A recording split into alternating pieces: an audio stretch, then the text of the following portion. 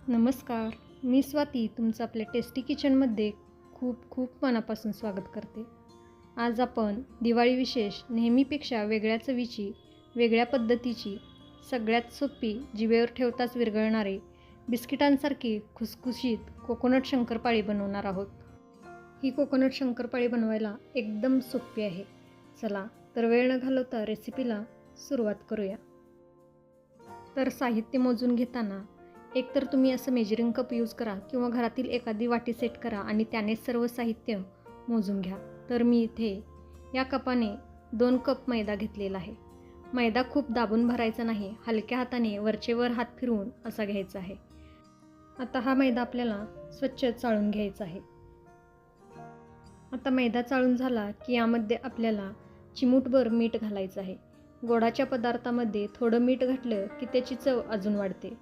आता यामध्ये आपल्याला साजूक तुपाचं मोहन घालायचं आहे.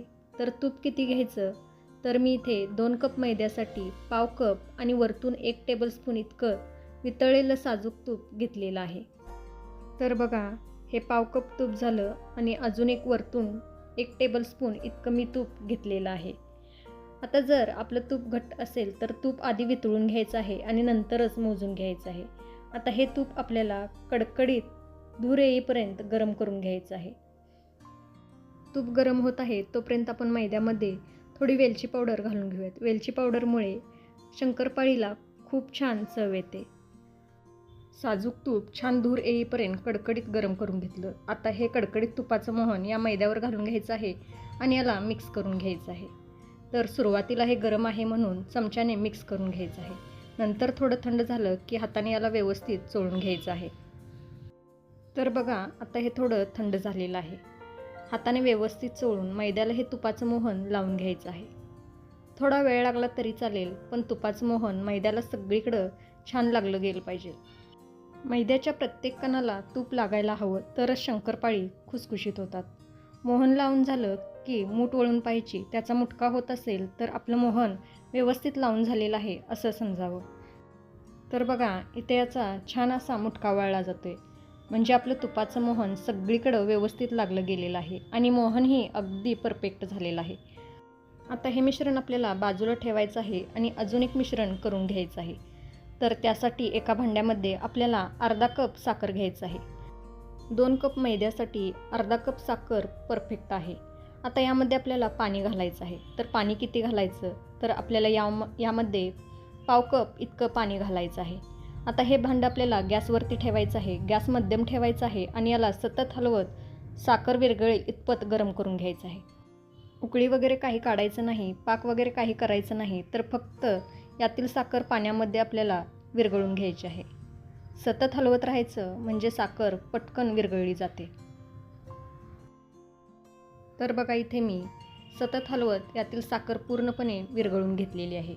आता आपल्याला गॅस बंद करायचा आहे आणि हे पूर्णपणे थंड करून घ्यायचं आहे. साखरेचं पाणी गार होतंय तोपर्यंत आपण मोहन लावलेल्या मैद्यामध्ये अर्धा कप खोवून घेतलेलं ओलं खोबरं घालायचं आहे. तर इथे मी ओल्या नारळाच्या पाटीचा ब्राऊन भाग काढून घेतला. तो स्वच्छ धुवून कोरडा करून घेतला. नंतर त्याचे पातळ काप करून मिक्सरच्या भांड्यात घालून मिक्सर चालूबंद करत याला बारीक करून घेतलं. खूप पेस्ट करायची नाही, असं जाडसर ठेवायचं आहे. आता हे बारीक केलेलं खोबरं मैद्यामध्ये घालायचं आणि याला चांगलं मिक्स करून घ्यायचं. जरी आपण यामध्ये ओला नारळ घातला असला तरीही ही शंकरपाळी महिनाभर छान टिकते. ओला नारळ जर तुम्हाला घालायचा नसेल तर तुम्ही इथे डेसिकेटेड कोकोनट जर यामध्ये घातला तरीही चालेल, पण ओल्या नारळाने छान चव येते. आता हे छान एकजीव करून झालं की यामध्ये थंड झालेलं साखरेचं पाणी थोडं थोडं घालायचं आहे आणि याला घट्टसर मळून घ्यायचं आहे. लक्षात ठेवा, आपल्याला साखरेचं पाणी पूर्णपणे थंड करून घ्यायचं आहे. पाणी आपण कितीही मोजून घेतलं असलं तरी संपूर्ण पाणी एकाच वेळी घालायचं नाही. थोडं थोडं पाणी घालायचं आहे आणि घट्ट मैदा मळून घ्यायचा आहे. इथे आपण ओला नारळ वापरलेला आहे, त्यामध्येही थोडं दूध असतं, त्यामुळे अंदाज घेऊनच आपल्याला यामध्ये साखरेचं पाणी घालायचं आहे आणि याला घट्टसर मळून घ्यायचं आहे. एकाच वेळी जर सगळं पाणी घातला तर हे मिश्रण सैलसर होऊ शकतं आणि एकदा मिश्रण सैल झालं की यामध्ये आपल्याला मैद्याचं प्रमाण वाढवावं लागेल. म्हणून आपल्याला थोडं थोडं पाणी घालून हे घट्टसर असं मळून घ्यायचं आहे. तर बघा, यामध्ये मी थोडं थोडं साखरेचं पाणी घालून याला घट्टसर असं मळून घेतलेलं आहे. हे असं मळून झाल्यानंतर अजून 1-2 मिनटं आपल्याला छान मळून घ्यायचं आहे. तर बघा, याला इतपत घटसर असं आपल्याला मळून घ्यायचं आहे. आता याला मी छान मळून घेतलेलं आहे. आता हे मळण्याकरता मी जे साखरेचं पाणी घेतलेलं होतं त्यातील साधारण 1 टेबलस्पून पाणी इतकं माझं शिल्लक राहिलेलं आहे. हे इतकं तुमचं शिल्लक राहू शकतं किंवा सगळंच पाणी तुम्हाला लागू शकतं, कारण यामध्ये जे आपण ओला नारळ घातलेला आहे त्यानुसार पाण्याचं प्रमाण थोडं इकडे तिकडे होऊ शकतं. आता यावरती झाकण ठेवायचं आहे आणि याला 1 अर्धा तास मुरण्यासाठी असंच ठेवून द्यायचं आहे. मैदा मुरायला ठेवून अर्धा तास झालेला आहे. मैदा छान मुरलेला आहे.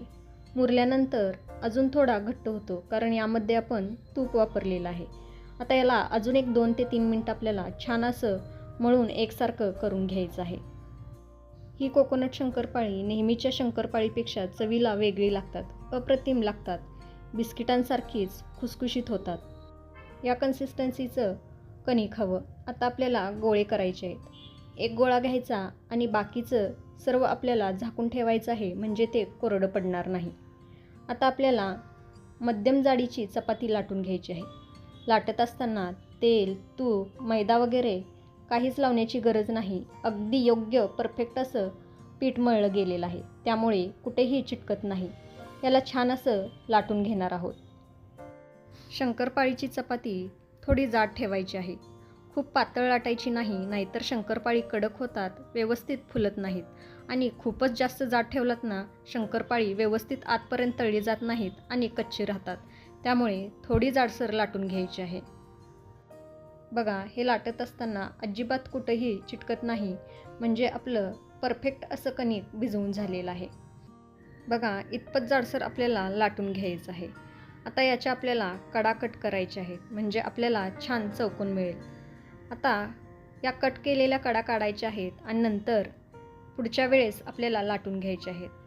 आता आपण मस्त अशी शंकरपाळी कापून घेणार आहोत.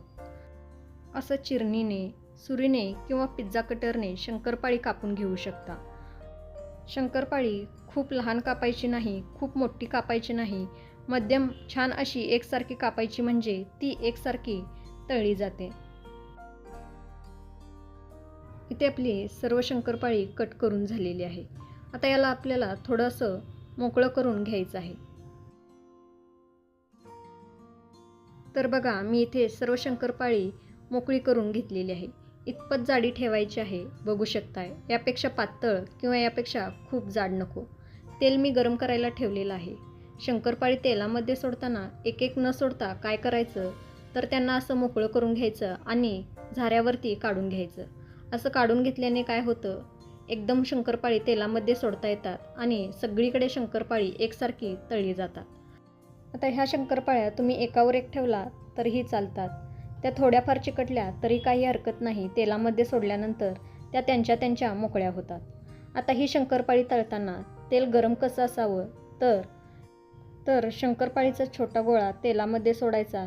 तेलामध्ये टाकल्यानंतर भरपूर बबल्स आले, पण ती तळून पटकन वर आली नाही आणि करपलीही नाही, म्हणजे आपलं तेल मध्यम असं गरम झालेलं आहे असं समजावं. तुम्ही बघू शकता, हा गोळा अजूनही वर येत नाही आणि तो करपलेलाही नाही, म्हणजे आपलं तेल व्यवस्थित असं गरम झालेलं आहे. आता यामध्ये आपल्याला शंकरपाळी सोडून घ्यायची आहे. शंकरपाळी तेलामध्ये सोडत असताना गॅस मोठा ठेवायचा. शंकरपाळी तेलामध्ये सोडून झाल्यानंतर गॅस कमी करायचा आणि लो टू मीडियम फ्लेमवरती ही शंकरपाळी आपल्याला छान अशी तळून घ्यायची आहे. शंकरपाळी तेलात घातल्या लगेच झारा लावायचा नाही, नाहीतर त्या तुटू शकतात. आता जरी या एकमेकावर चिकटल्या असल्या तरी काही हरकत नाही. जसजशा तळल्या जातात तसतशा त्या वेगळ्या होतात. साधारण 1 अर्धा मिनिटानंतर किंवा शंकरपाळी तेलामध्ये थोडी सेट झाली की त्यांना असं तळापासून सतत हलवत राहायचं, म्हणजे शंकरपाळी एकसारखी व्यवस्थित तळली जातात. आता आपल्याला तेलाचं तापमान खूपही कमी करायचं नाही. तेलाचं तापमान खूप कमी झालं की शंकरपाळी तेलात विरघळतात आणि तेल जर खूप गरम झालं तर ते पटकन तळले जातात, पण आतून कच्चे राहतात. त्यामुळे आपल्याला लो टू मीडियम फ्लेमवरती शंकरपाळी तळून घ्यायची आहे. अशा हळूहळू हलवायच्या, म्हणजे एकसारख्या तळल्या जातात. जसजशा तळल्या जातात त्यावरचे बबल्स कमी होतात आणि मस्त तरंगायला लागतात. असं हलवत लो टू मीडियम फ्लेमवरती तांबूस रंगावरती आपण याला तळून घेऊ. या पद्धतीची शंकरपाळी चवीला अप्रतिम लागते. त्यामुळे एकदा तरी ही शंकरपाळी तुम्ही नक्की करून बघा. बघू शकताय काही वेळातच याला मस्त असा रंग यायला लागलेला आहे. मी गॅस अजिबात कुठेही मोठा केलेला नाही. लो टू मीडियम फ्लेमवरतीच तळलेला आहे. दुप्पट फुलतात, मस्त असे पदर सुटतात, आतपर्यंत तळल्या जातात. रंग येऊ लागला ना असं ढवळत राहायचं म्हणजे एकसारख्या रंगावर सगळ्या बाजूने तळल्या जातात. तर बघा इथे एकसारख्या रंगावर शंकरपाळी तळली गेलेली आहे. छान असा रंग आलेला आहे. छान सोनेरी रंग आला की याला काढून घ्यायचं आहे.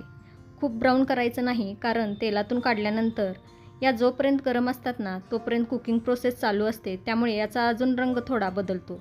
आता या चाळणीत काढून झाल्यानंतर याच्या खाली एक प्लेट ठेवायचं आहे, म्हणजे एक्स्ट्राचं तेल नितळून जातं आणि वाफही धरत नाही. आता राहिलेल्या शंकरपाळ्याही मी याच पद्धतीने बनवून घेणार आहे. तयार झाली मस्त अशी कोकोनट शंकरपाळी. रंग किती सुरेख आलेला आहे तुम्ही बघू शकताय. चवीला तर अप्रतिम झालेले आहेत. नेहमीच्या शंकरपाळीपेक्षा या चवीला खूप छान लागतात. पदर किती सुटलेले आहेत तुम्ही बघू शकताय. अगदी बिस्किटांसारख्या या खुसखुशीत झालेल्या आहेत. तेलकट तर अजिबात होत नाहीत. अशी ही थोड्या वेगळ्या पद्धतीची कोकोनट शंकरपाळी तुम्हीही या दिवाळीला बनवा आणि मला कमेंट करून नक्की सांगा. आजची रेसिपी आवडली असेल तर प्लीज लाईक करा, जास्तीत जास्त लोकांपर्यंत शेअर करा. तसंच टेस्टी किचनला अजून सबस्क्राईब केला नसेल तर प्लीज सबस्क्राईब करा. परत भेटू अशाच एका छानशा रेसिपीसोबत. तोपर्यंत मस्त खा, टुमटुमीत राहा.